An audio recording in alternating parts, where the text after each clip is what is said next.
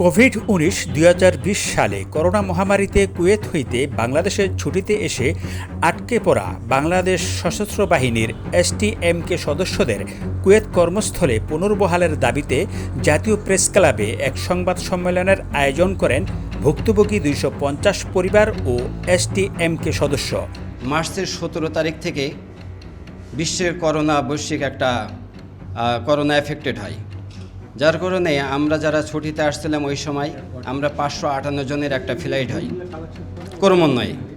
এই 558 জনের ভিতরে আমরা যারা বাংলাদেশ সেনাবাহিনীর সদস্য ছিলাম, এই সদস্যদের ভিতরে 558 জনের ভিতরে বিভিন্ন ক্যাটাগরির লোক ছুটিতে আসে। কোভিড-19 যারা ছুটি থেকে আটকা পড়ছি বাংলাদেশে, আমরা আজকে 250 জন পরিবারের পক্ষ থেকে ভুক্তভোগী। যে কারণটা জানতে চাইছেন, আমাদের সাথে যে প্রতারণা করছে সেনা সদর, সেই ব্যবস্থাটা করছে ওনারা আমাদেরকে আশ্বাস দিয়ে আজকে 7টা বছর পার করে দিয়েছেন। কারণ 4 বছর পর্যন্ত চাকরি করে হলো আমাদের সেনাবাহিনীর যারা প্রেজেন্ট সার্ভিস, যারা সার্ভিসে আছে, এটা একটা বাহিনী যায় কিছু সংখ্যক, এটা হলো 1/3, আর 2/3% থাকি আমরা যারা অবসরপ্রাপ্ত, যারা চাকরি বাংলাদেশে 18, 19, 20, 22, 24 বছর শেষ করে ওখানে গেছি। আমাদের সর্বনিম্ন 12 বছর পর্যন্ত থাকার একটা ব্যবস্থা আছে, আমরা সেই আশায় কিন্তু চাকরিতে গেছি।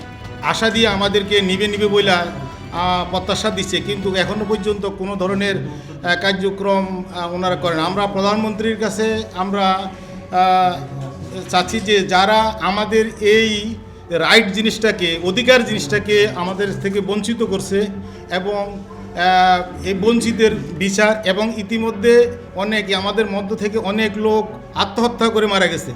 তো এই যে অবস্থাগুলি আমাদের হচ্ছে, এগুলি মূলত আমাদের প্রতি যথেষ্ট পরিমাণ অন্যায়, আমাদের উপরে জুলুম করা হচ্ছে।